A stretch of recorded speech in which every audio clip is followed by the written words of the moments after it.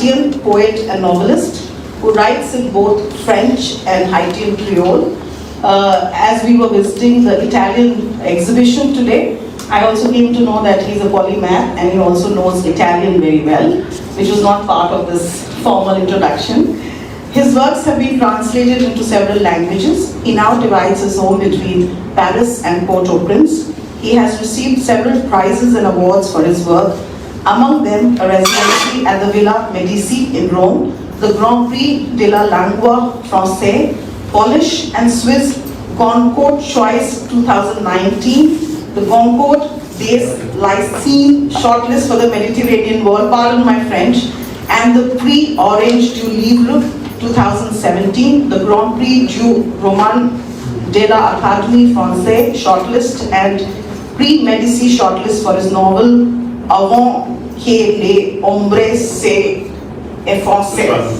Whatever, I can't pronounce that. He is also known to be an avid soccer fan. Trained in literature and journalism, Dalembert first worked as a journalist in his homeland before leaving Haiti in 1986 when he was only 23 years old. For France, where he obtained his PhD at the Sorbonne in comparative literature and a master's in journalism from the École Supérieure de Journalisme de Paris. Since then, he has traveled widely as a teacher and visiting poet and has taught briefly at the University of Wisconsin, the University of Berlin, University of Bern, and currently holds the Writer-in-Residence chair at the Sciences Po Paris.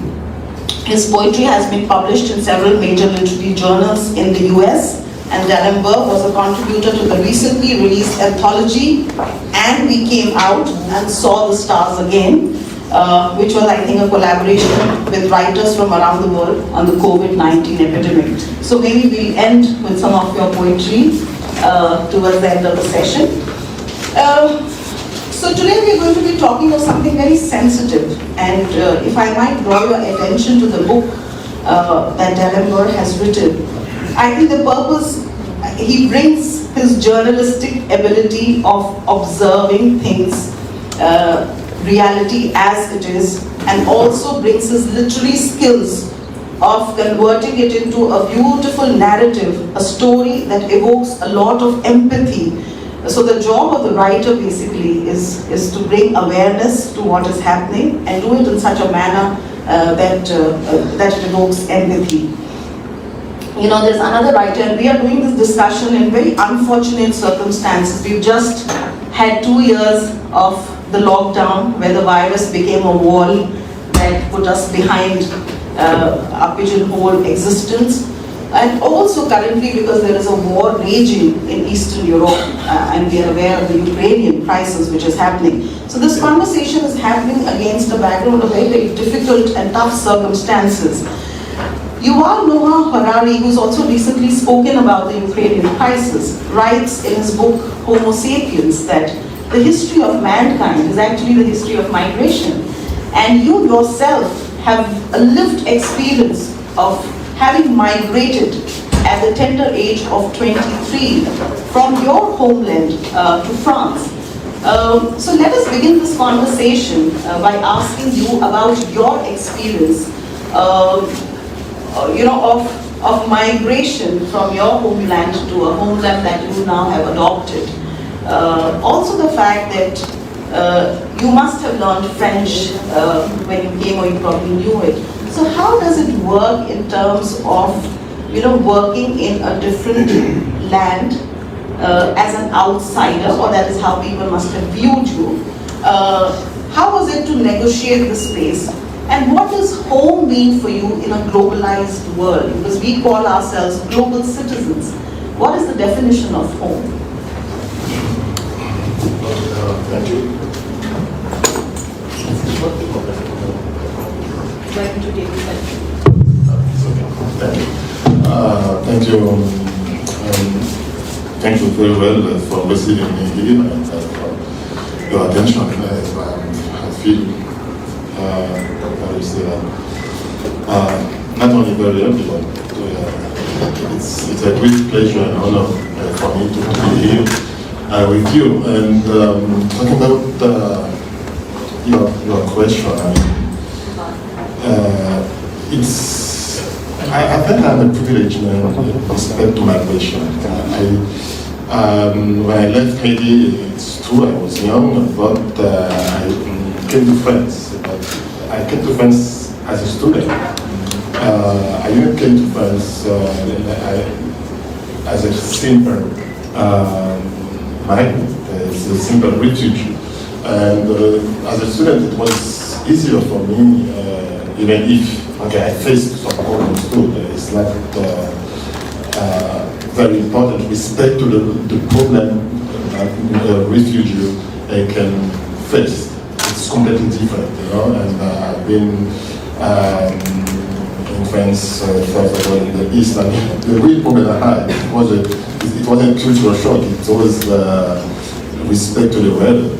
Because when I came to France in '86, it was one of the coldest period in France. It was -20, -22, because I came from Haiti, 33 degrees, and I went to the east of France in Nancy, and the weather was -20, -22. It was a very real shock for me, and because I think it was a major problem I had. For the rest of the time, it was like for every student. I didn't have a fellowship, so I had to work to pay my study, but it's not so complicated, I respect it. But when we are talking about migration, I think it's the same thing, for example, when I'm talking about exile. Often people say that I'm an exile writer. I don't consider myself like an exile writer because I can go back to Haiti every time I want. It's like for me, exile is something linked to politics, for example. When I'm talking about migration, often I think about forced migration. The story of mankind is very linked to migration. You have a lot of problems that can force you to emigrate. War, for example, earthquake, or drought, or flood, or or politics. You have nowadays a lot of persons in the world they can live in their countries because they have to escape from something, they escape, I don't know what, but I'm not, it's true, the economical situation in Haiti is not so good, but I can go back, stay, I don't know, 1, 3 or 6 months if I want. Nobody tells me that you have the right to be there.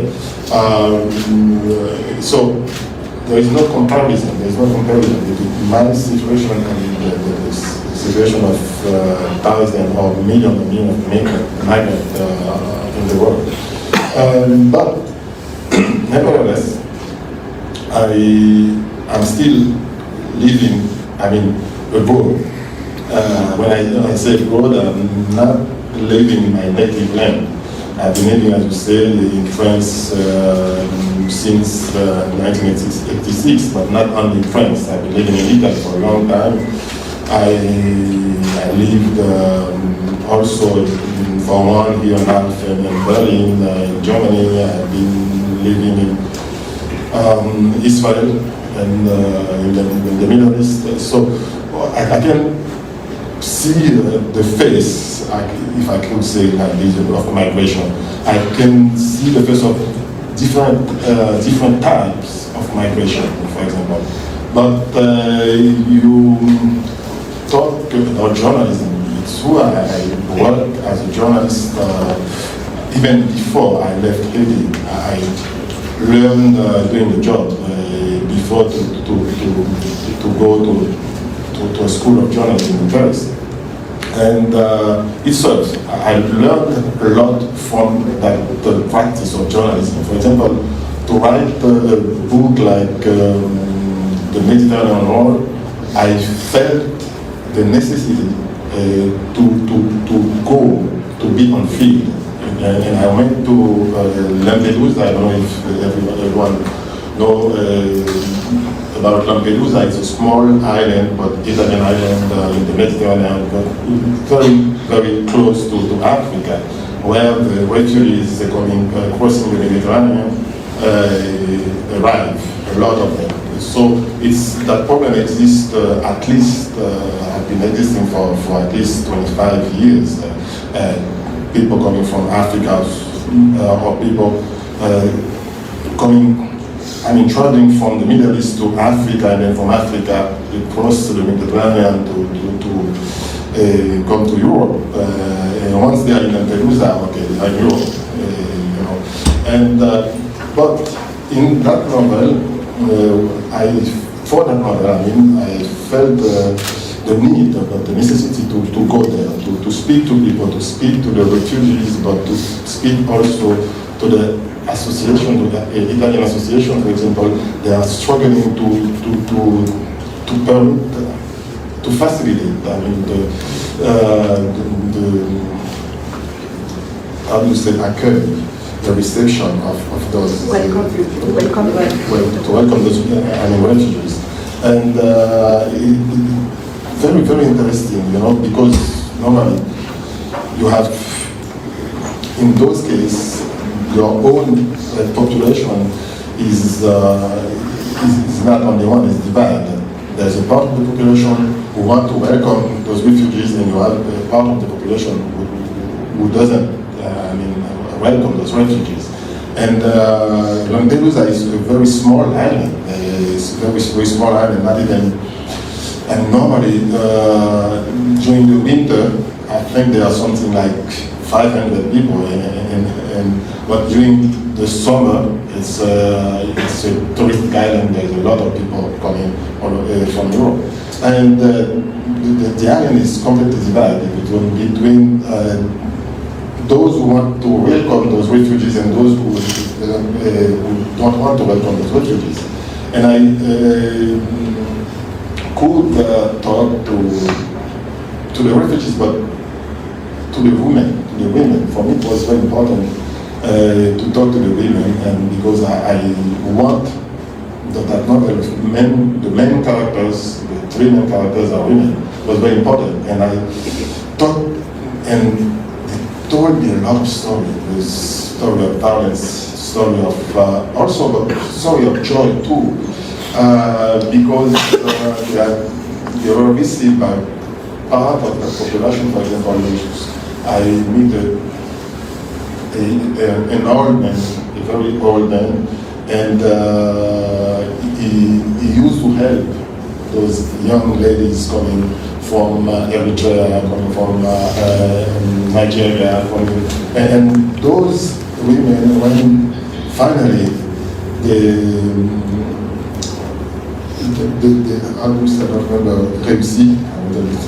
success. Yes, when they succeed, to have, to be received finally by the political level or the administrative level, until they travel to Germany, they travel to England, they travel to Denmark or Switzerland, but every time those women have a baby, they came back to Lampedusa and to receive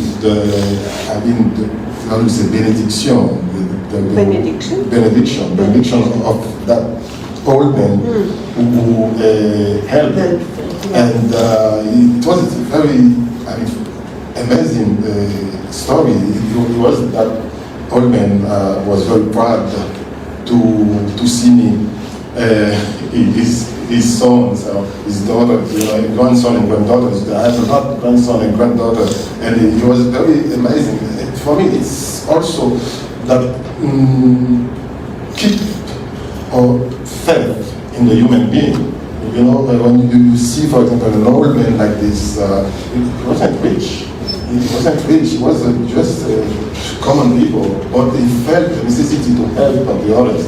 And for me, it was very interesting. And the reason why I wrote that novel with women like friends, like main characters. No, we will No, we will talk about the characters and also the story in brief without revealing the major plot. But I was also thinking, it's quite by serendipity, or maybe it's by some kind of what Elizabeth Gilbert says, that this kind of a thought comes to everybody to look at reality and to be able to write. So a lot of literature. In fact, last year, 2021, the Nobel Prize for Literature was given to a gentleman from Tanzania, Abdul Razak, who's probably also speaking at JLF this season. And it was given to him for writing about the Gulf crises and how people have negotiated different cultures. The migrants have negotiated different cultures and different civilizations. Then in the same space, very recently, an author of Indian origin, Amitav Ghosh, he has written a book which is very delightful called The Nutmeg's Curse. And there he's also talking of how colonization impacted the Banda Island in Indonesia, when all the tribal people were exterminated just for the sake of the spices, the nutmeg which grows exclusively in the Banda Islands, and the cloves, and how the spices, that is how the flora and fauna also got impacted, and how migration happened because of that. So climate change leading to migration. You talk in your novel also about climate change. You talk about unstable political conditions. You talk about how somebody wanted to escape from the civil strife which was happening. You also talk about unemployment in the place, and to go to another country for better opportunities for the future, putting at stake the present, knowing that there will be exploitation in the way. So that is very important. Also, I think the Syrian crisis were covered by Khalid Hosseini of the Kite Runner fame, and he wrote a book called The Sea Prayer. It was a tribute to the little boy whose pictures we all must have seen, Alan Kurdi, who died in one of those boat journeys on the Mediterranean Ocean. And I think probably you make a small mention in Momo, the character that you refer. So there's so much of literature which is happening. I mean, when I was doing a little research, I found that so much of literature is happening on migration. Closer home, India, when India gained its independence, 1947, we had almost 2 to 3 million people move across the border. So we also have a lived experience of generations of having traversed that kind of migration because of freedom. I mean, of course, Bangladesh in the neighborhood, Parsis who fled Iran because of persecution, Jews, of course, we know. And there's another very interesting thing which happened in India, which makes me ask you the next question: the hierarchy in terms of migration. That is my question. So when the brain drain happened in India in the age, in the late 70s and 80s, when we had the computer and the communication revolution happening, the Silicon Valley was populated. But the way people from the original native country look at people who went for employment in the Silicon Valley, that gaze of the country is very different. Like you also mentioned, my experiences of a privileged person who went to study abroad. But what about people who cross, say, the Mexican wall, are illegal migrants, enter the country because of persecution happening? They are not writers in exile, for example. Of course, many Russian writers have been exiled. Chinese writers of late have been exiled. There are a lot of people who reach shores, in fact, closer home, after the Amphan cyclone which happened in 2020, in the lockdown period. A lot of people from Bangladesh, Sundarbans, which is area in the west in the country, have migrated through the Libyan route, the same thing that you mentioned in your book, from India and Bangladesh, and are still roaming somewhere. And that Amitav Ghosh has actually spoken to those, interviewed those people in his book. So my question to you, sir, is that how do you see the migrants searching for their identity? Because identity is a double-edged sword. Your identity can also help you bind, but identity, the underbelly of identity, can also help you exclude the other. So how do you see this, and what is your take, given there is so much of literature and talk happening about migration and identity. How do you link this whole concept of identity with migration? Yes, it's a very important question. And when we think about migration, yesterday for example, I was talking about the concept of identity and belonging, for example, the difference between identity and belonging. For me, okay, I will make a difference between those terms. The identity is something we have deep inside.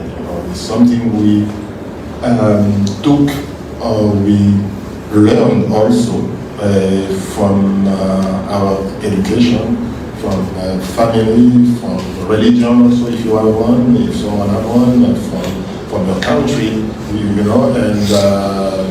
everywhere you go, I mean, you're supposed to travel like a sea turtle with your identity with you. But as you said, identity can serve to exclude also the others. I just want to be among us, as you say, just without the others. Identity can serve to exclude them. For example, when you are talking about the wall, you have the wall, the build between United States and Mexico, and in 1989, everyone thought that after the Berlin Wall fell down, everyone said, never more, never more, never more. But the story of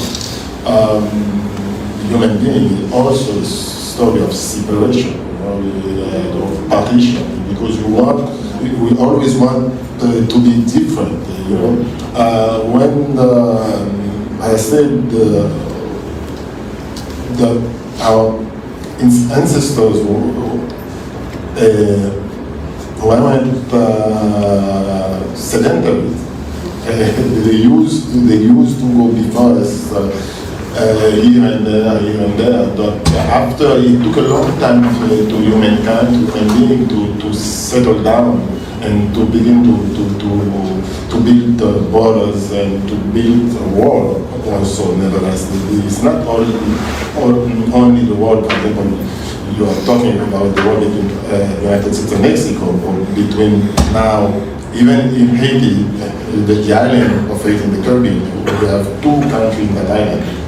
Now, Dominican Republic, they speak Spanish and Haitian, we speak Haitian, Creole, and French. And now they are beginning to build a wall between Haiti and Dominican Republic. It's a small island. You have the wall between Israel and Palestine, and a lot of war like this, because it's the story of humankind, And when I think there is another possibility, it's not so easy to reach it. It's not so easy because human being is always has fear. Actually, we have fear when we decide to build a wall. That means I have fear. I don't feel safe. We have to hear that also. And but I prefer, for example, when I'm thinking about that, I prefer to think about that old men when they do that, who welcome the migrant, And but as forever, if I can say like this, I don't consider myself like that the fact I've been living in France or in Italy, I didn't lose my identity. But I think I can also leave what I took from France or what I took from Italy as an enrichment. I don't know. I can say now I'm rich which I don't have only one homeland. I can say in France I feel at home too, and in Italy I feel at home. In other countries, in some part, in some way, in the United States, because as a nation I have, as many nations, you do have family and friends in the United States or in Canada. But for me, it's a kind of enrichment. And I understand the fact you mentioned about, the poor migrants. I wasn't rich, and I'm still not.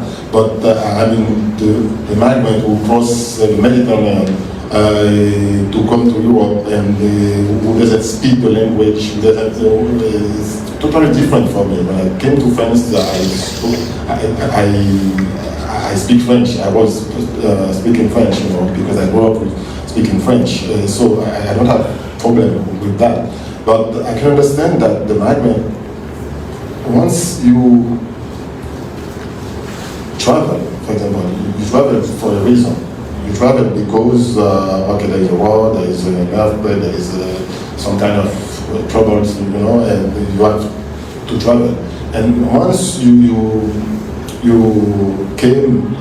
come where you want to come, there is a kind of fear, because you have fear to lose the little pieces of your identity, of your country that you left behind. You have that kind of fear. And the first impression when you arrive there, the first impression, there is a writer a French writer that is from Martinique, he's the Caribbean also, Edouard Glissant. The first impression, or the first sensation you have once you come there, is what Edouard Glissant called the impulse of return, because you are in a new place, a new environment. Once in a while you don't know the language, you don't know people. You see the other people like something aggressive, even if they are not aggressive. And the first impression you have is that impulse to return. But you can't return. You can't return because you made a lot of sacrifice to cross, to travel, because once in a while some people sold their small piece of land, they sold their small house, for example, they sold everything to travel. So they can't come back. But nevertheless, I think after a certain time, the problem you can have after maybe 20 years, 25 years, is that being, I'm not from behind anymore, but I'm still not from there, because they don't consider me like being a part of them. You can have that kind of problem, because when, for example, you come back to your country, but people say you can't understand because you weren't there. They don't accept your intervention with respect to the. If you have, it's happened to me often when, for example, I'm talking about a Haitian problem or Haitian political problem. You say, but you can understand, you don't live there anymore, you left, etc. It's very, it can be frustrating. It can be frustrating, but I think at the end it's an enrichment. For example, I've been living in France, and I said you have a part of the population in France coming from North Africa, and facing once in a while racism in France with things like this. Once in a while, people can say to them, go back where you're from. But they are not from Algeria, they are not from Morocco, they are not from anymore, because when they travel to Morocco or to France or Algeria. In Algeria and France, they ask them, when are you going back to your country? That means in France. So you are still in between. At the beginning, you are still in between. But you can stay in between all your life is if you don't decide at a certain moment to say, okay, the fact, okay, I traveled, or my family traveled, but I was born in France or I was born in, I don't know where, I don't know in the United States, but they don't have the right to ask me to go back because now I'm here. And there is a writer, slammer, our slammer, is originally from Jamaica, but raised in England. And his name is LKJ. I don't know if you know him. It's Linton Kwesi Johnson. And Linton Kwesi Johnson is older than me. And when he's talking about migration, and you can see it on YouTube, for example, he has a very, very wonderful piece that says, we are here to stay. That means we are not going back. And once you accept that fact, okay, I'm here, and maybe I can go, I can travel, I think you understand a lot of things, and also respect to your identity. You know who you are when you know that, okay, I'm here, I'm in France, or I'm in Italy, or I'm in Haiti, but I'm here to stay. I'm not going back anywhere. And once you integrate that concept, that notion, I think you feel in peace with yourself. And if you are in peace with yourself, you can be in peace with the others too. No, that's absolutely right. There is a huge paradox, in fact, in what you've just said, and which is acceptable. You spoke of fear. There's an Indian poetry in the vernacular, which is called Ek Boon, written by Hari Om Upadhyay. He's an Indian writer. And he writes that, when the drop of rain is deciding to fly out from the cloud, it also has the same fear which probably a person who leaves his country has. And he doesn't know that drop of rain doesn't know whether it will fall in the desert sand and get dissolved and disappear, or whether it will become part of an oyster shell and turn into a pearl. So that is, I've just translated the poetry, I'm sure a lot of people here know about it. So that fear, I think, even the inanimate objects kind of carry. But interestingly, what you've spoken is, I want to ask you something different. You've spoken about identity is your own. Belongingness can happen if the country accepts you, right? My question is that, if you stay in your own, I'm also a product. When people ask me, where do you belong? My dad was in a transferable job. He never laid, and before he could lay anchor, he probably lay anchor up in the heavens. So we didn't have a place which I could point and say, okay, this is my ancestral place. So when people ask me, I feel like a migrant. So then I turned it into an advantage and say, I own every place, just like you. My question is that people who have never gone out of their country, does their existence not become like a frog in the well? They have had no experience, no exposure of what's happening in the outside world. While they may be rooted. So I sometimes envy people who say that I am from an X city and they can write beautifully about that city. And I never had that. So that is one thing. I want you to hold on to that thought. The other thought, and this is from an individual's point of view. The other thought is from the country's point of view. And I'll just give you an example. And I want you to answer how success enables countries to accept you. What happens when India has had a lot of rain, So very recently, a professor from India who went abroad took a US citizenship, married a spouse of a different nationality. When he gets a Nobel Prize, suddenly there is a clamor in India. He belongs to us, till now, the very reason that forced that gentleman to leave India, better opportunities, non-acceptability, privileged. But the moment he becomes successful, the whole country wants to claim him and own him. So do you think success has some kind, allows you, also creates a hierarchy amongst migrants? One side we are talking of illegal, undocumented migrants who settled, who were able to do anonymous, remained anonymous, but happy, didn't have any problems. But then there are those migrants who become successful. What happens? What feeling? You are fairly successful. I mean, we are talking to you at JLF, which is the Mecca of literature. You are here at JKK.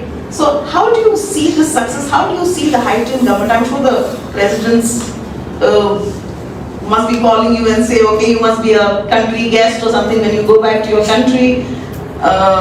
So how does it feel? How do you negotiate that space? And how do you look at people who've never left Haiti, who don't understand your global perspective? Yes, I can understand that anyway. When I'm talking about fear, I'm talking about fear of both sides. I mean, the people who travel, and I'm, for example, if I travel in a new country, okay, I cannot feel because I don't know the language, I don't know the culture, I don't know, the words, I don't know the code of that new country. Okay, I cannot feel because I don't know.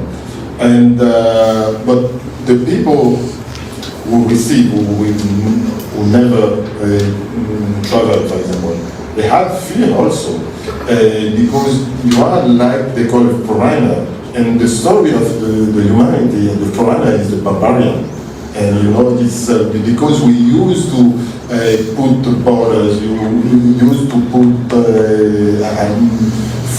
borders, or how do you say that, doors,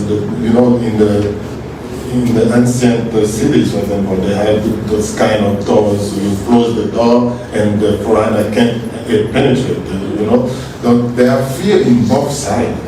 And you can understand that. But even if I understand, it's true, there are also some persons, they don't accept the difference, every kind of difference. It's not only because my color of skin are different from yours, it's not only because I speak another language. It could be because, okay, I am a man, you are a woman. I am heterosexual, you are homosexual. I don't know, because human being is always looking for something, some reason to exclude the other. And it's part of our humanity, if I can say that. And once we know that and we accept that, I think we made a very, very big step, to accept the fact that, okay, that people, that man or that woman who speaks another language, who doesn't speak Creole like me, or doesn't speak French, is a human being. And he can have exactly the same problem I faced, for example, in my country. But, and if I know that, I accept that, I think I made a very, very grand step, Okay, it's not the same thing. I understand perfectly what you said about the men that other prize, and the same thing happens everywhere. For example, in Haiti, we did that debate for years and years about the double citizenship. The double citizenship, Haitian people can accept, for example, the fact that you are born Haitian, but if you have a new citizenship, you lose your Haitian citizenship. And for example, during the Second World War, Haiti took a little part of that war, helping Jews who want to escape from Europe. But they asked them how do you say, renoncer, to decline their own citizenship, their own citizenship to take the Haitian citizenship. And all the debate, but those Haitian, you know, for example, Haiti is a small country. We do have a very large diaspora in the United States and in Canada, or even in Dominican Republic. They don't, if we have the political debate about citizenship, they're going to say, okay, they refuse the Haitian citizenship, but now they are American or they are Canadian, okay, that's the problem. They don't have the right to vote, and we don't accept the double citizenship. But those people who say that, if they can live, for example, it's thanks to the diaspora who send money, a third part of the Haitian budget every year. So that's the contradiction you can have, you know, and for them it's you don't have the right to be Haitian anymore, but they do accept your money. So that's the point. Or once you have something, for example, you know, they say, okay, it's very important as well. They feel concerned also. We have in United States, you know, if you know that that singer who was part of the group Fugees, both of them are Haitian, and the other one, the girl, was from the United States. The Haitian people were very proud, because the guy from Fugees is very, very important guy, well known in all over the world, etc. But when that guy tried to come back to Haiti to become president, they didn't accept, you know. But that the contradiction we have as people. But for myself, I think that we have to keep struggling for more tolerance, for more respect of the others. It's going to take time. We have to do our part. Every generation has to do its part, you know, and it's a very, very long struggle to have that kind of respect between simply human beings, between men and men, men and women, or black and white, or I don't know, Haitian and Dominican. It's a very long struggle, but we have to do it step by step. And our will, or my will, is to keep fighting for that kind of respect, because that respect that makes me a human being. If I respect the other, and I can ask respect for it too.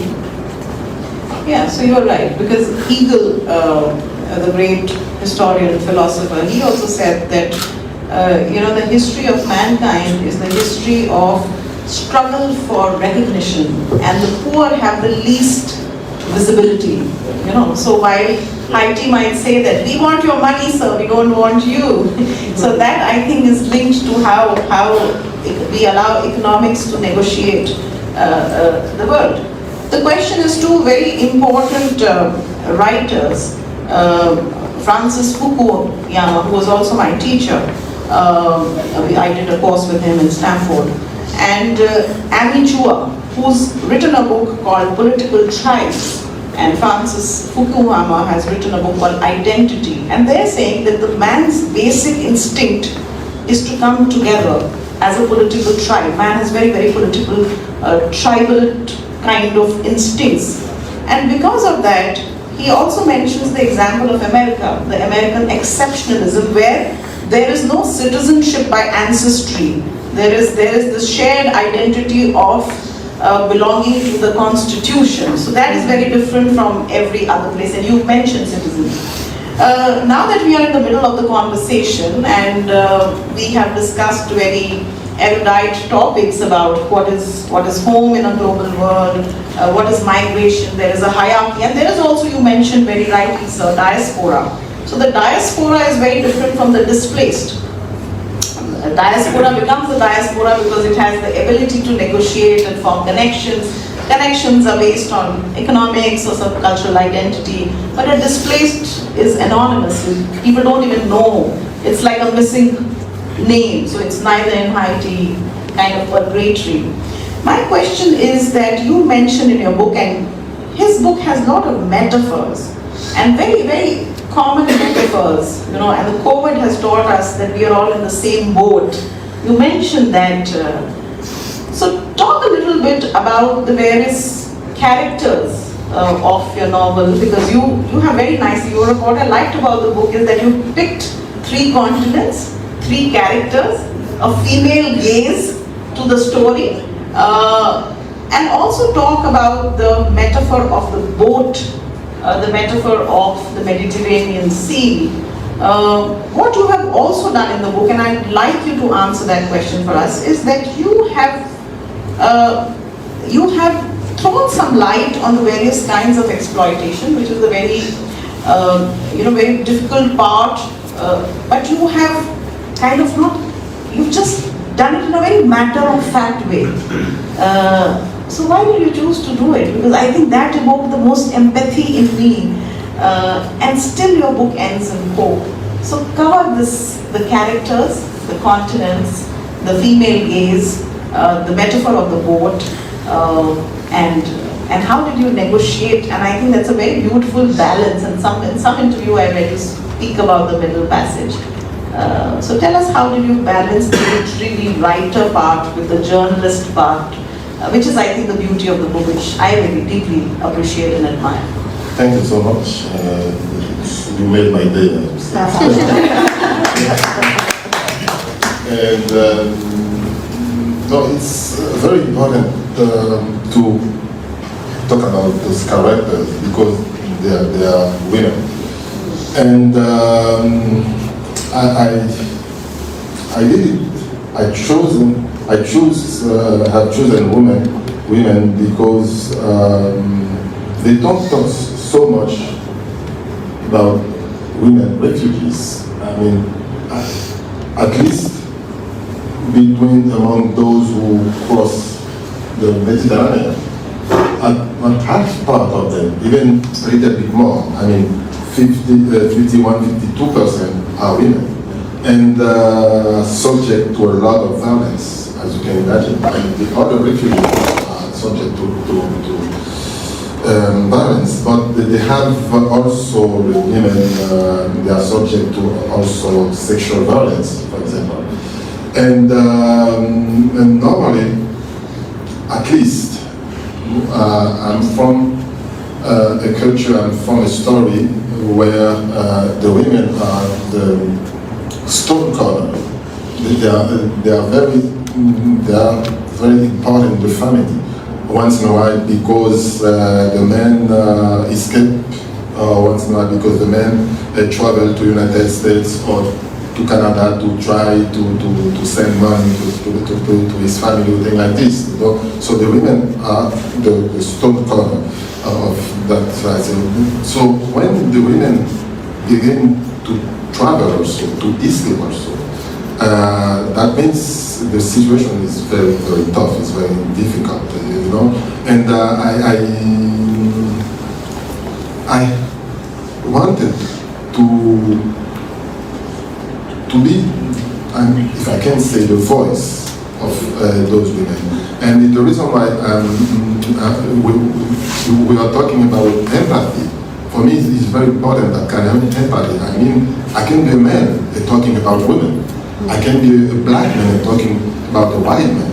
And because that white man or that woman is part of mankind, it's part of humanity. And once in a while I can have, you just say that you were studying in Stanford, United States. So one of the problems I can have with United States is that kind of hashtag own voices, you know, and that means if I'm not black, I can't talk about black men. And one of the North American writers, Madison Smart Bell, who brought forward for the novel in English, he said that in the United States it would be impossible, for example, for a man nowadays, before it was possible, but now it was difficult for men to write and to have that kind of empathy with women. It would be impossible for someone who didn't cross the Mediterranean and talking about refugees, because you're supposed to be the only one to speak only about yourself. And when you speak only about yourself, for me, is a kind of foundation of human being, of mankind. You know, that means your problem, it doesn't concern me, it's not mine. But I think the problem, your problem is mine, and mine is yours. You know, I was talking this morning with yesterday about John Donne. You all know that poet and ethnographer from England. It was, I think, he's from the 17th century, and he said that no human being is an island for itself. Everyone is a part of the continent. Every one of you is a part of the continent. So I can understand the problem you face. I can have empathy to being in empathy with you, even if I'm not you. And I think it's the most important thing for me. So in the novel, when I took 3 women coming from 3 different parts, speaking 3 different languages, having 3 different religions. One of them are Muslim, another one is Jewish, the other one is Catholic. And I literally put them in the same boat, but in different places. Because one of the problems we do have, okay, religion problem, I mean, gender problems or skin color problems there, but one of the problems we do have, for example, in a country like United States, is the class problem. It is a class problem, you know. When you have money in that country, you can do everything you want, more or less, you know. And now the problem becomes politics for me. And if they prevent me, for example, to talk about women, if they prevent me to talk about Hispanic or Asiatic or about white men, if they prevent me to talk about who is not me, it's easier for the other to comment. You know, they have, I mean, the director, like in a movie, you know. If I say, okay, it's a black man, it's not my problem. It's a woman, it's not my problem, I'm a man. It's a white man, it's not my problem, I'm a man. But we do have just above some person, they can take advantage from that separation, from the partition, you know, because we can't make only one people, only one folk, you know, and it's the reason why in that novel I put Shoshana, Dima, Sema. They are from different countries, they are different. Dima is a little bit racist, at the end, she accepts, she understands the others. And the others understand her also. And I'm always looking for that kind of solidarity, that kind of empathy between human beings. And if I have only one word I have to say, for example, when I'm writing, one thing I'm looking for, I think, I don't say that literature or art has to be useful. I don't say that, it's not the point. but I think I'm trying to say something. To say something is very important for me. And those characters, and that's something I'm trying to say, is empathy with, solidarity with the women, empathy between being human beings, between religion, and to say that we are in the same boat. If the boat sinks, the first class, the second class, the third class, everyone is going to die. And it's so evident. It's so evident, but we refuse to accept it. And until the end of my life, I'm going to say that.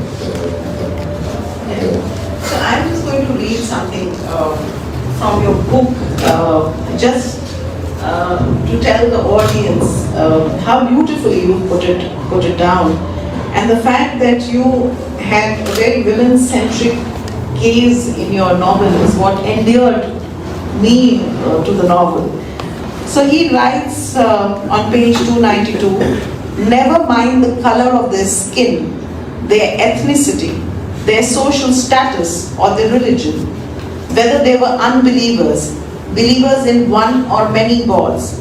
If the boat were going to capsize, the Mediterranean wouldn't distinguish between those in the hold and those on the deck. We are all humans. I think that,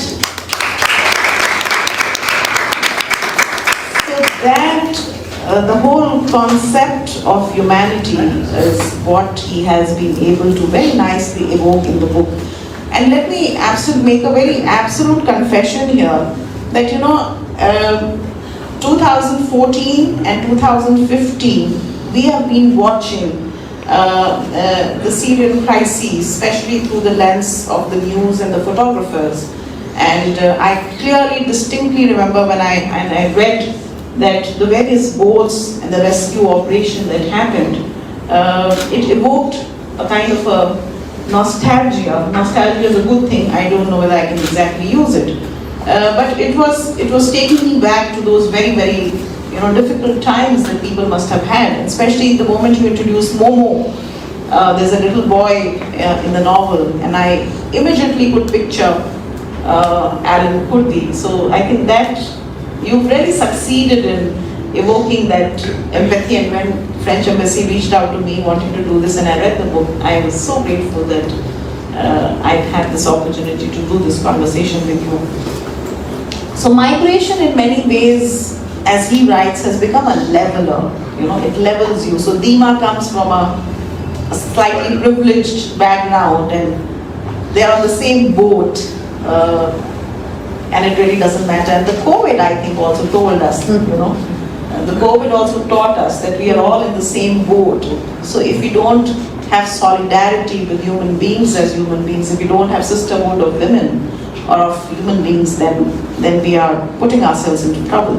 My next question is, and I'll also encourage people to think, because we are nearing the end of a conversation, and I'll ask the audiences to also have questions for the author. There are two aspects I'd like to touch. One is what has piqued my interest, seeing the kind of disasters that we face, be it the disasters brought about by climate change or disasters. And in fact, Ukraine, the crises that happened in Ukraine and the image which is happening right now, and the image of people having to migrate, I would say to move out of the country, maybe not migration, I really don't know how it will pan out.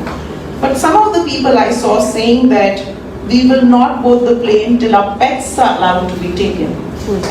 When you are forcefully abandoned by your country, or you have to abandon and carry everything of your life in a suitcase. And we've seen that in India during the COVID times also.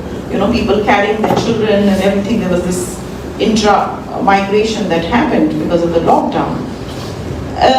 So one is that, we've spoken about human beings and we have empathy about human beings, but we also live in the age of PETA, and human rights and stuff which extend not to just human beings, but also to trees, to animals. What is your take on how the animals negotiate this whole concept of being abandoned by their owners. When the owners also, have to migrate and they can only carry as much, when they're having to leave behind your pets, having to leave behind, because I read recently in the news today that the zoo, the animals in the Ukrainian zoo are facing so much of problem. One ostrich abandoned its baby because of the noise and the shelling. We don't understand when you talk of war, what it does to people who can't speak, who can't articulate. So that is my one question. The other is that, as a policy maker, this is my question as a policy maker, we've spoken so much about the well-being of human beings. We are speaking of the Human Development Index. We are, looking at Bhutan as a template for the Happiness Development Index. The virus also focused us to shift from health, only health, to general well-being, which includes your physical, mental, emotional, and also spiritual well-being. Migration and mental health. That is a topic which policymakers have not really thought about. There are no facilitation centers, there is no hand-holding happening, and we don't realize how it impacts institutions of the family, of the home, of marriages, of relationships, much before it begins to impact in the kind of, say, terrorism or militarization of the society and the nation. So what is your take, and what advice would you give, because you're a writer holding a very powerful instrument in your hand. So tell us something about people who can't voice their opinion, which is the animals, and also migrants. I'm just thinking, if the migrants are also displaced, undocumented, they are equivalent. Are they equivalent to animals who can't voice, or are we not listening enough? Yes, it's a very difficult question, but I do confess I didn't think about animals. I'm very sincere about that. It's a real problem also, because when you are escaping from something, it's you are, unfortunately, you think about yourself or about your family, and you don't even think about other human beings. You are just thinking about you and your family, and that's all. And people doesn't think about animals, and animals are part of ourselves. And I'm not saying that because you evoked that question, because we can't. When we live in a country, we need animals very much. We need, for example, if we take one legend, more or less everyone knows through the world, it's the legend of Noah in the Ark. And in the legend of Noah in the Ark, for example, you know what he did. He took his family, he took his son, the wives of his son, and so, and he took also animals, because he knew that they are part of us. When I'm talking about solidarity, when I'm talking about empathy, we're supposed to have empathy also for the animals. But the fact is, when, you were talking about before professor of philosophy, and in philosophy we always have that kind of question between culture and nature, for example, between us and the others, and we think, but we are wrong, that we don't need the others, we don't need the nature. Or, for example, when we have an earthquake, when we have climate change, in the novel, for example, Shoshana is who escaped from climate change in our country. And when we talk about climate change, we talk about, earthquake, about hurricanes, for example. I'm coming from a land, not only Haiti, but the Caribbean, where we have a lot of hurricanes. Hurricanes hurricanes are part of our story. I could even say as part of our identity. We do have earthquake also. We can't control, nature. We are trying. We do our best, but it's impossible. And the climate change is one of the reason we do have more and more refugees, and we're going to have more and more refugees because of the climate change. And so it's the reason why when I talk about Noah and the ark, you are completely right about the animals. Because the first thing he did, okay, I take my family, I take my whole family, but I had to take the animals also because we need the animals. I think I'm sure that we need more the animals than the animals need us.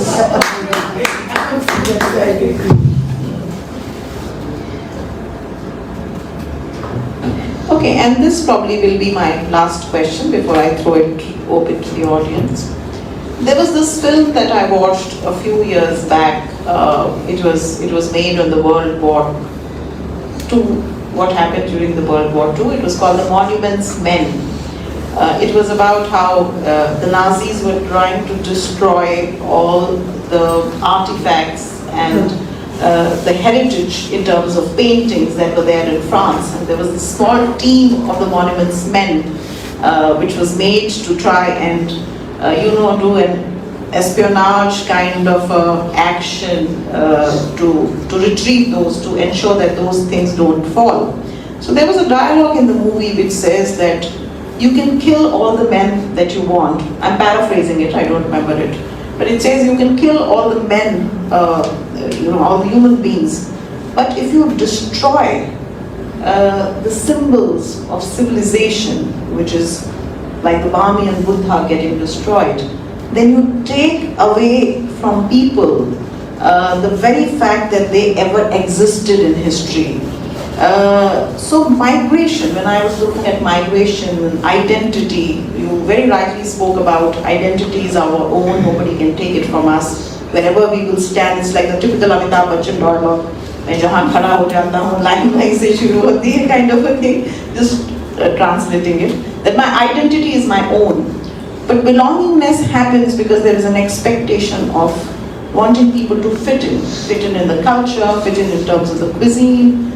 But then also, because of this process of acculturation which happens, there is multiculturalism that happens.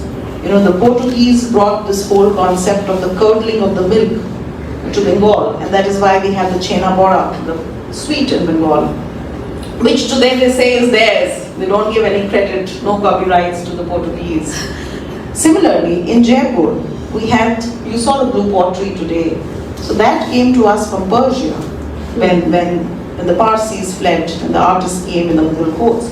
But today, we've owned it. Today it's Jaipur and nobody can tell us that it doesn't belong to us. We have a GI that says that it is Jaipur. So speak a little about that, what happens if you take away? People will die, new people will come. Death is natural in human beings. But if you take away our symbols of what it means to have lived, the legacy of what human beings do, how does migration take away that kind of a thing? Because it takes away your land, it takes away your acceptability in one land. You're not very sure whether you will be accepted. So you are kind of in a purgatory of land. You're a global citizen. You're well exposed. But you are so above the mediocre that you are neither accepted in your country back, nor there. So what is your take on that? The fact that while you are migrating, you get you lose everything. I didn't understand what. Sorry, I didn't understand what. So my question is, when you are migrating, right? There is a part of you that gets lost. The country, the negotiation with the country makes something out of you. When you leave that at a tender age, you know you are a Haitian because they call you. In America, they say you are an American, you are a Chinese American or an American Chinese. You are an American Indian, you are an American African.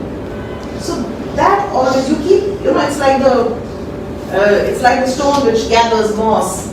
So you are Haitian, you lived in Italy, so you are Italian, you know the language.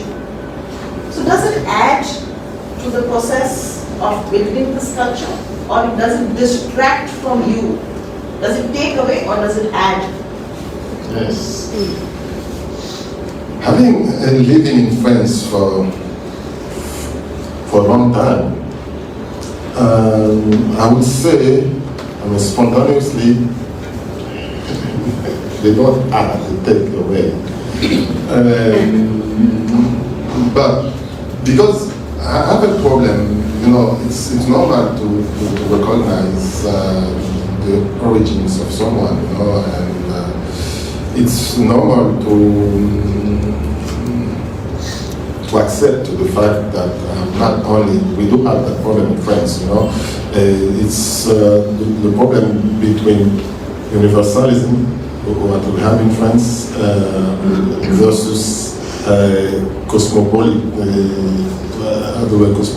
how do you say? Cosmopolitan, or multicultural origin and things like this. We don't have that problem in France. But I think in the United States, for example, they push over that kind of problem, and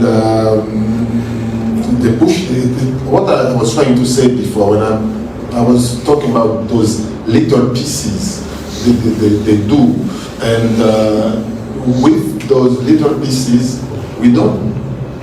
I don't feel forming part of a large group as a nation, for example.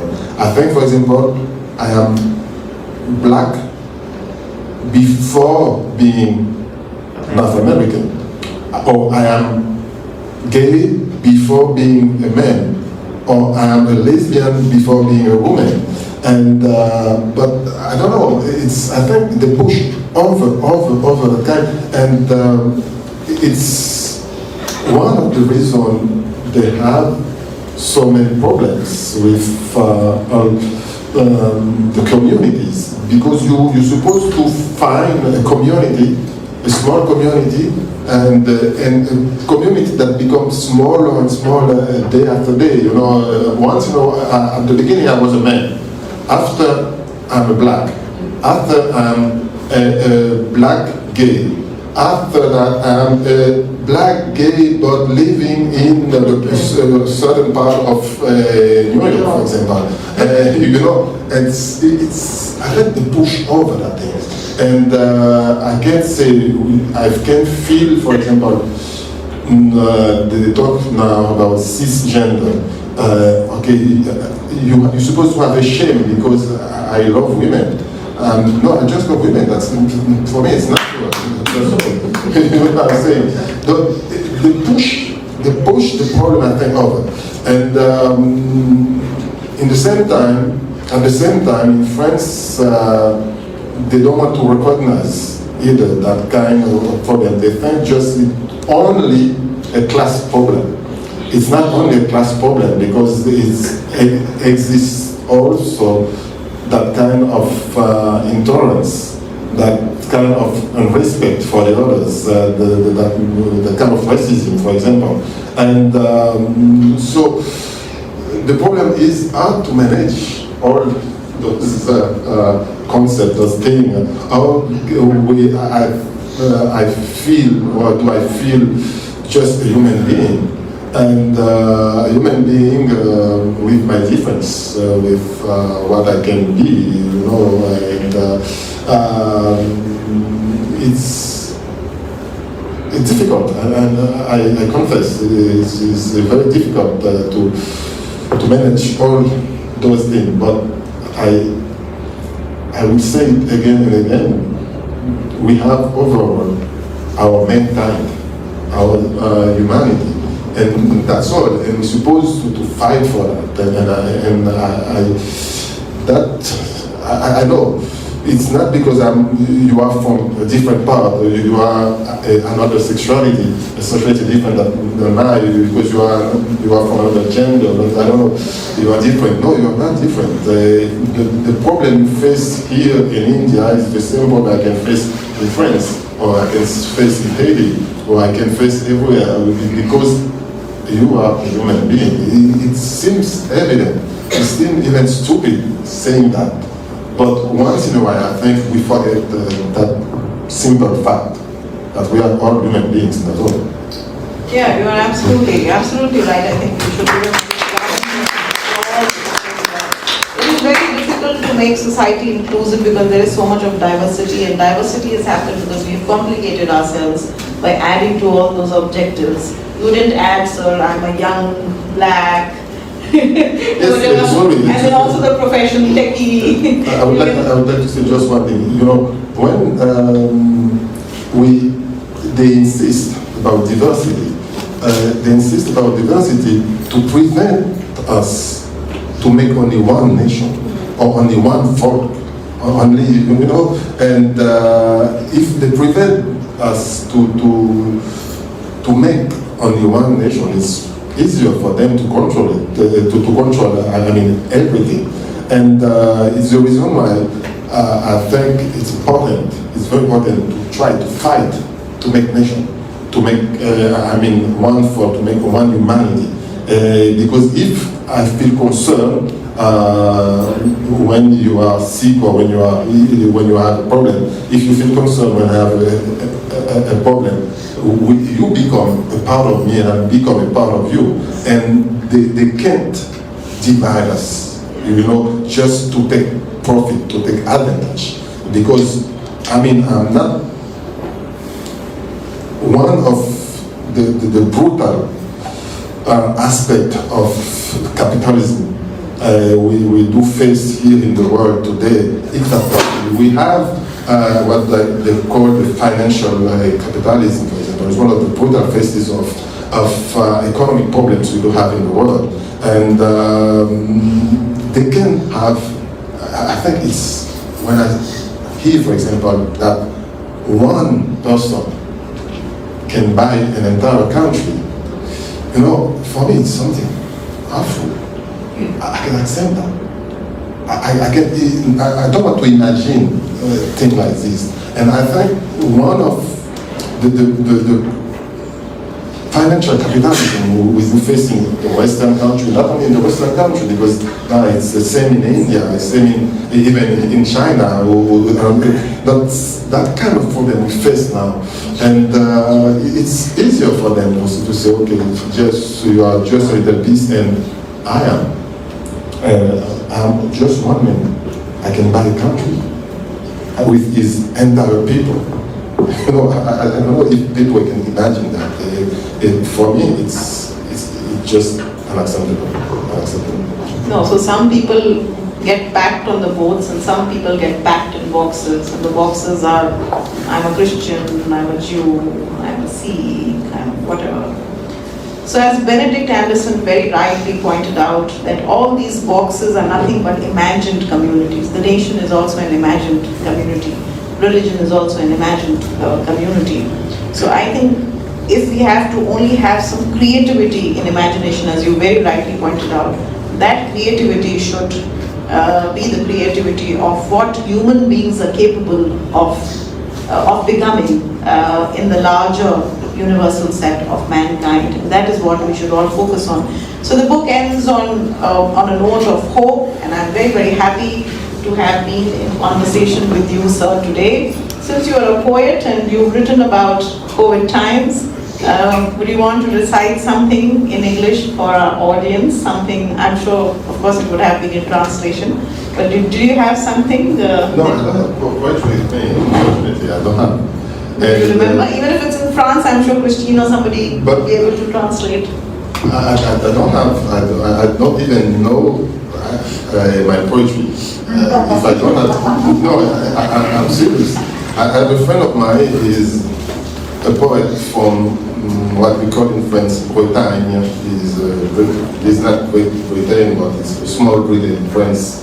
And he's a poet, and he knows all his poetry. All.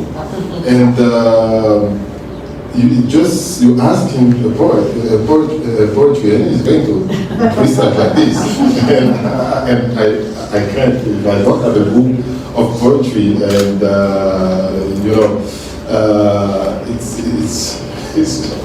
I'm sorry, I can't. No, but I think his book is very lyrical, and you must, if you get a chance, please do read it.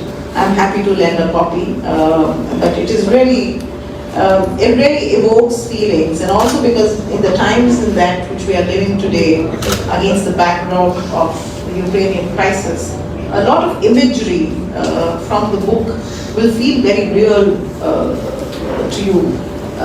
And I think it's also very necessary to read such kind of books, because it makes you a good... If you want, I could read just a small part, I think, the novel of the French. Nothing. Tell me which page it is. Is there something that I can probably translate it for them? Okay, I'm trying to...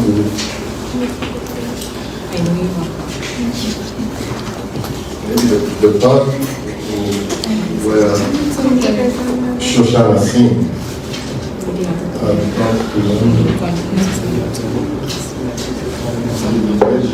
In French. Is it 208, right? No, 260 or something.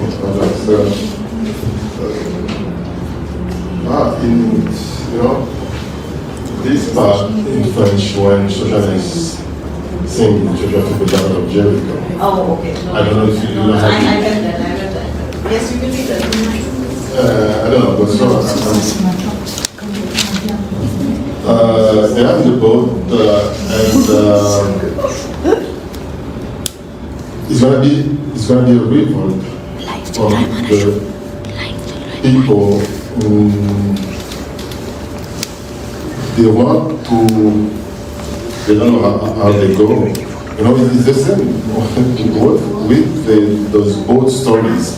There is always a revolt, a thing like this, you know.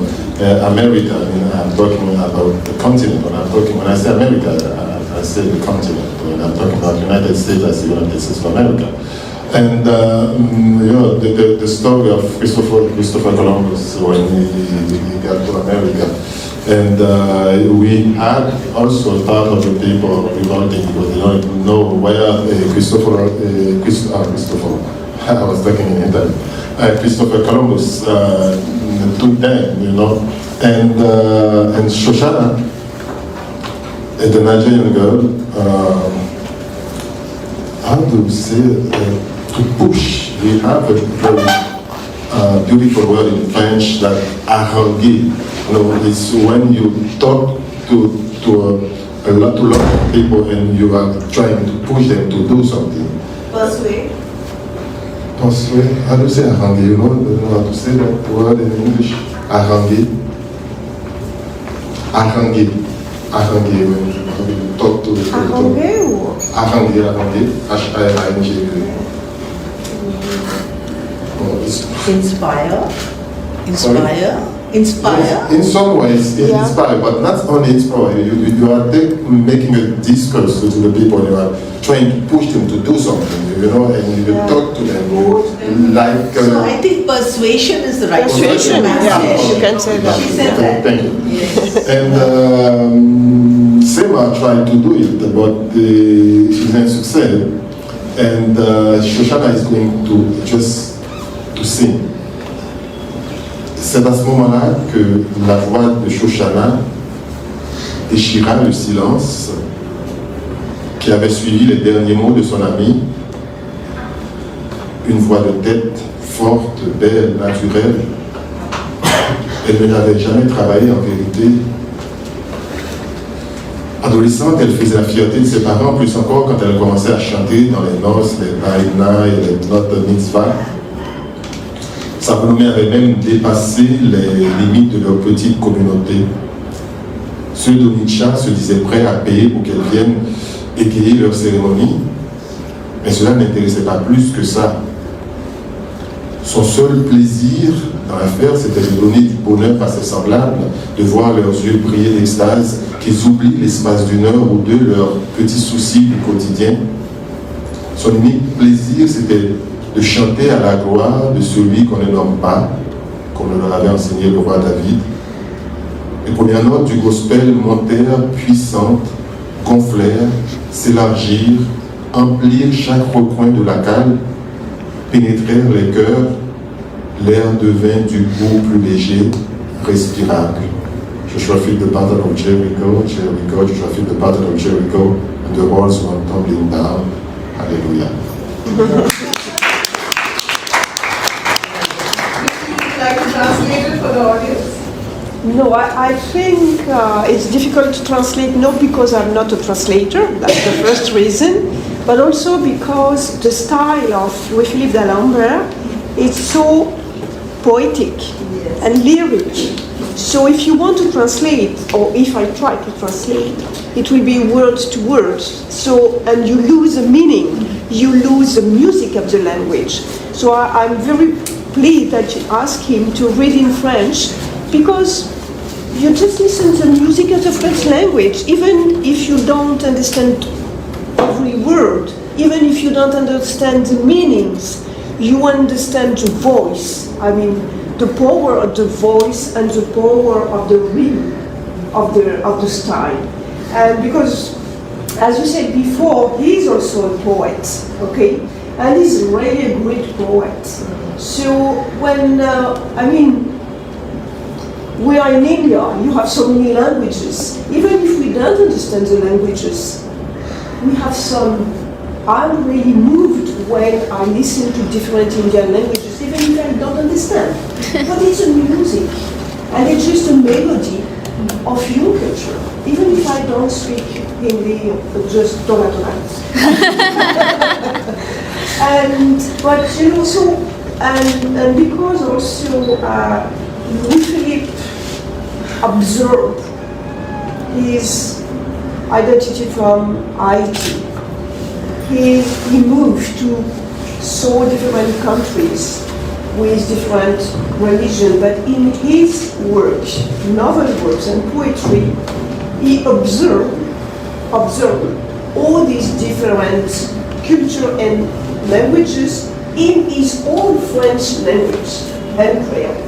So it's why I refuse to translate. Okay, thank you very much. Thank you. I'm happy to now invite the audience to ask questions, and I request Aryan to pass the mic. Good evening. It's not only been a pleasure listening to you, but I have to say very reassuring.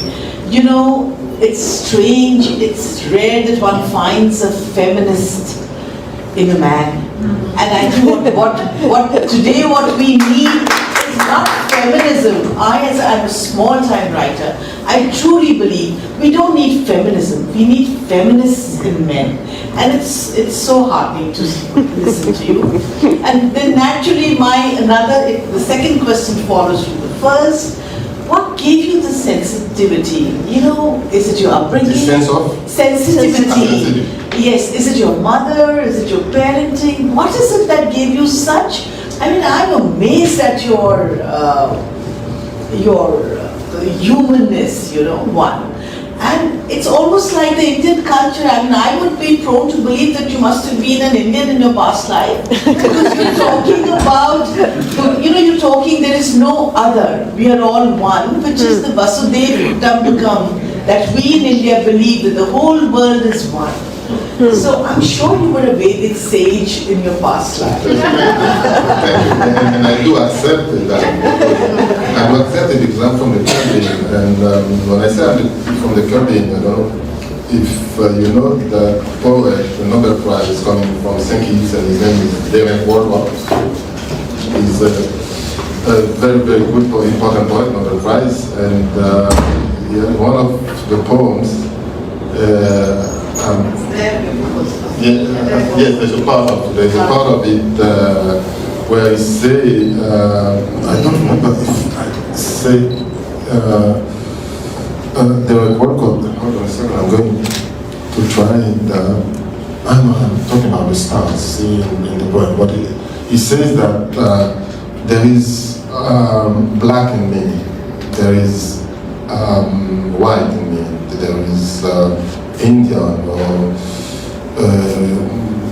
but whether I am nobody, whether I am a nation, you know, and in the Caribbean, we came from so many parts of the world.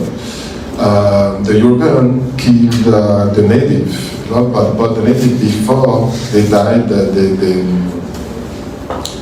they left a lot of things for us, as an heritage. And for example, the cuisine, in the music, a lot of part of the thing. And we had after people coming from in the 18th century, for example, people coming from the Middle East, in Guadeloupe, Martinique, people coming from India, or people coming from China, in Haiti, or a lot of Cuba, etc. We are a piece of all, of so many parts, you know. And to talk personally, even if I don't like to talk about myself, part of that sensitivity, I think, is coming from the women I had the chance to have from the beginning of my life. And as I said when I'm joking, but I'm not totally joking, I had the chance to lose my father when I was 8 or 9 months. I don't remember exactly. My father died in difficult conditions. And I had a poem that said, I never said daddy, because he died. I didn't know how to speak, you know, I never said daddy. And I grew up with those women, my grandmother and my mother. And my grandmother was someone very, very sensitive and very strong. And she had respect for everyone, but she didn't make, difference between some people, respect to the class, to the social class, respect to of if they have money, or if they have money. We knew some very, very difficult moment in my childhood where we could have just a few things to eat, just once in a day, for example. But I remember always my grandmother, and she always recommended or obliged us to leave just a little part for maybe someone who didn't have absolutely anything.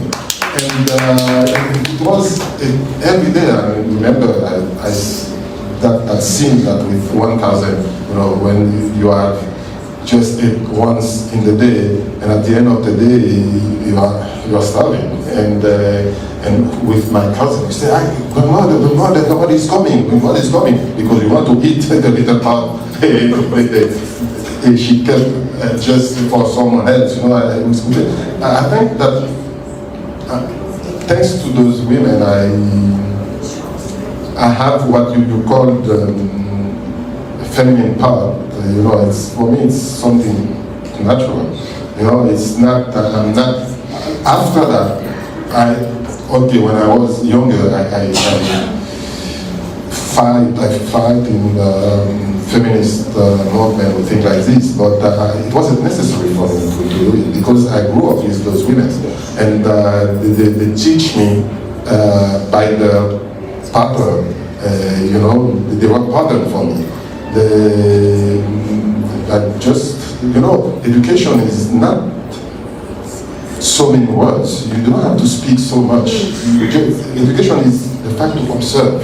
You observe when you are a child, you don't know how, you don't know how to speak, you don't have words but you observe, you see, you are like a, how do you say, eponge, how do you say eponge, I don't remember. Sorry? Absorb? You absorb a lot of things, you know, but you absorb a lot of things, but you don't know how to speak. And I saw those two women, not only them, because my mother had a lot of cousins, so I saw them. And my education came from them, you know, I just repeat what they teach to me, indirectly, that's all. Thank you. Thank you so much. Because I got the opportunity, so can I ask one? I think a question and answer both touch many aspects and dimensions. So I'll come on the questions because the title, Home and the World, Migration, Identity, Exile, still exists in the whole. So I'm mentioning two examples. So one, those the big communities, and Mughda ji better know than me, here living in Rajasthan called Ghumantu, in India called Denotified, and the France called Gypsy and Romas.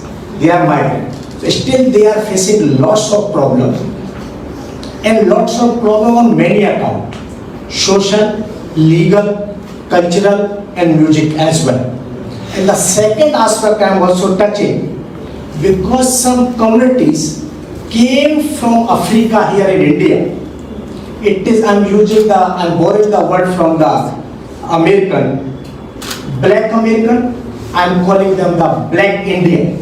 In India, they have been called Siddhi. Their population is more than 250,000.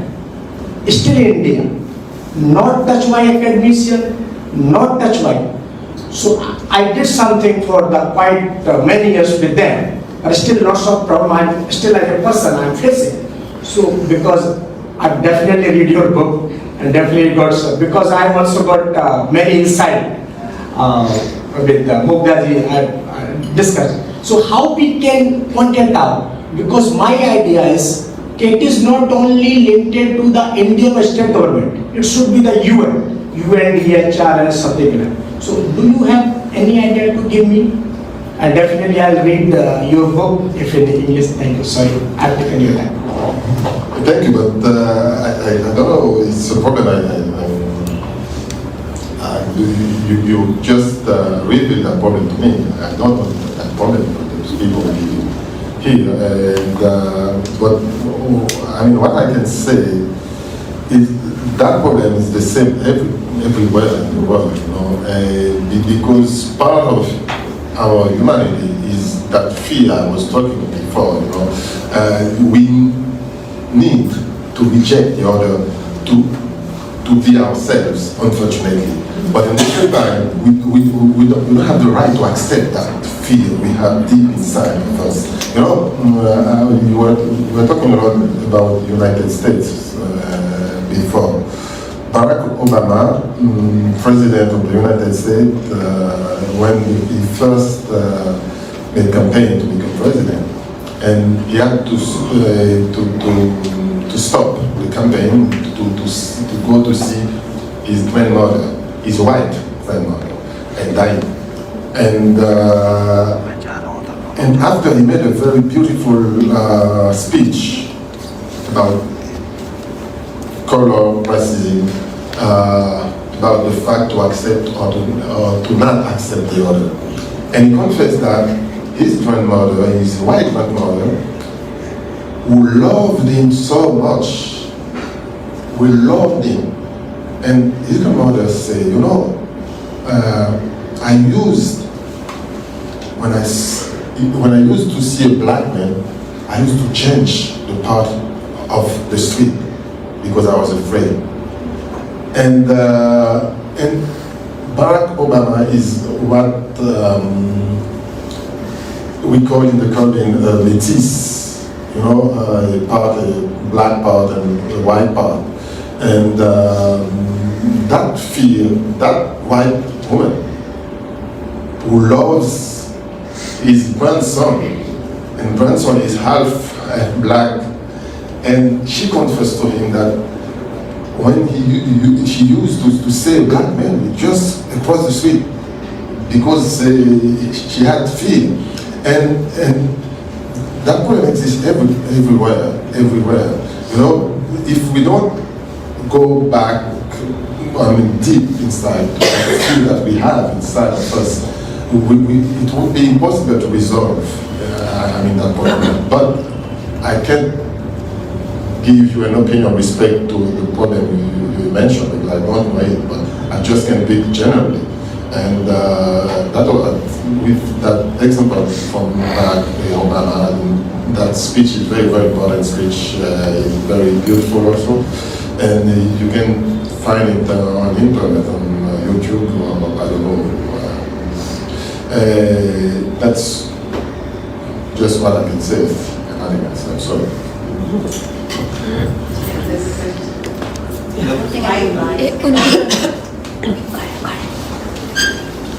Hello. Yes. Good evening, sir. My question is related to the migrants. As you told that you are being a migrant. So, what is the psychology when a person crosses a border? What is the psychology when he will reach towards a new destination? What are the ideals that he proposed towards in his mind? So, like in Africa, Zulu tribes, Maasais, they wanted to go to the Europe for a better life. So, there is a psychology of fear, plus there is a psychology of aspirations. So, my question is, what inside in their mind, as you told that you are being a migrant. So, what is the psychology? I can't answer for everyone, and as I said at the beginning, I'm not a common migrant, even if I didn't have a fellowship, I had to work to pay my studies in France, but I consider myself like a privilegé, as we say in French, and but those persons you are talking about who cross, for example, the borders to come to Europe, and when they want to come to Europe, what I used to say, for example, those persons, they don't want to go to Europe. They are escape from something. Because human being, you have very few people traveling for pleasure. I know tourism, there's a lot of tourism now, people enjoy. I'm not talking about that kind of travel. When you decide to go outside, you don't do it because, okay, I just want to see the world. I'm escaping from something. Because I don't feel safe or well in my own country, in the country where I was born. I'm escaped from climate change. I'm escaped from poverty, from dictatorship, from I don't know, so many things. But people are escaping. And so when they are escaping because, as I said also before, they can sell the few things they have to escape, to go over there, to get once in a while a better life, because they are just escaping and looking for something else. So it's the reason why, for example, if they can have their goal or their objective is to reach Europe, but there are so many things can happen. They want to go, for example, I don't know, to England, but they are not going to England, they are going to stay in Italy. They want to go to France, and they can't enter in France, they are going in Germany. They don't have, a relationship with Germany, with Switzerland, with I don't know, Norway, but they are going there because they are escaping from something. They are looking for a better life.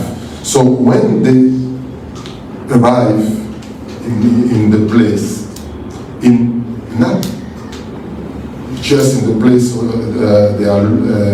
they were looking for, when they escape finally, when you have people coming from Africa, coming from the Middle East, and they come to Europe, they feel like completely, I don't know, it's a double sensation. A double sensation because first you feel happy because finally you arrive, even if it's not your destination, your final destination, finally you arrive. But at the same time, you feel completely, how to say vide, I don't remember how to say vide. Empty, yes, no, thank you. You feel empty inside because you lost something, because you didn't decide just to go, okay, I'm going because I just want to see the world. I'm going because I couldn't stay where I was born. I couldn't stay for so many reasons. And now, I want to go to Europe. I don't know in which country exactly. Okay, maybe I dream about France, I dream about England, I dream about, I don't know, Germany. But finally, they accepted me in Italy. Okay, I'm going to stay in Italy, even if I don't have a relationship with Italy. I'm going to stay in Italy. I feel happy because I was escaping from something. Now I can stay. Okay, I'm not escaping anymore. I'm happy. But at the same time, when I look behind me, I say I lost a lot of things. I lost my culture, part of my identity, my language, I know so many things, and I have to build another life, just to, I don't like that word because it's a connotation of so many things, but it's as you feel born again, I say I don't like that word because you have in the United States the Christian born again, they are most intolerant, that's already. And you feel like you're born again, it's a sensation. It's a sensation. So you can just. It's the reason why so many people are crying, or so many people.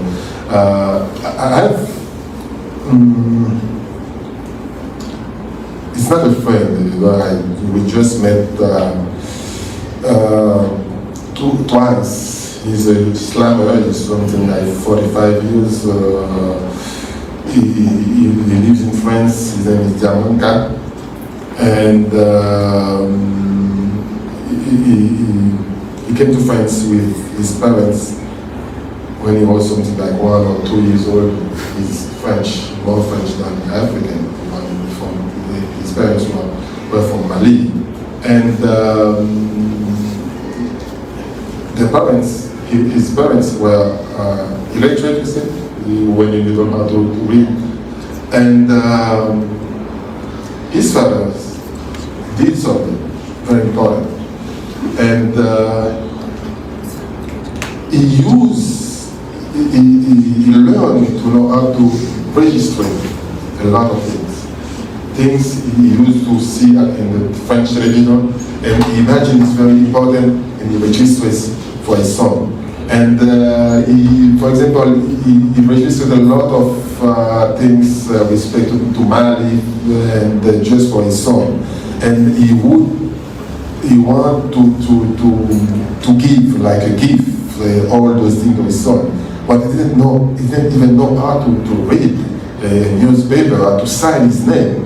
But he could do it. And when that guy now is a poet, he's a slammer, and when he's talking about his father, his grandfather, his, I don't know, his grandmother, is just what thanks to what he received from his father.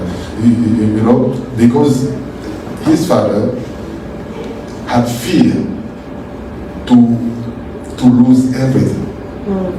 He has fear to lose everything, and just he wanted to give something to his son, and he didn't know how to write, so he talks and he tells stories, just tells stories. And nowadays, that guy could use all those things that his father gave to him.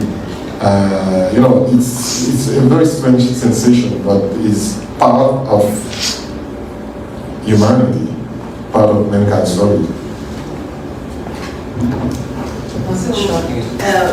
No questions actually, but If we have time, we call it a quit now, but join us for tea outside if you are happy to ask your questions over tea. Because I think we've taken a lot of time, then we realized that it was very interesting talking to you. Thank you so much. It's a deep sense of gratitude on behalf of the IAS Literary Society, Jawahar Kala Kendra, and of course Delhi, the French Institute in India, and the Alliance Francais in Jaipur. And thanks very much to Christine and Sanjana.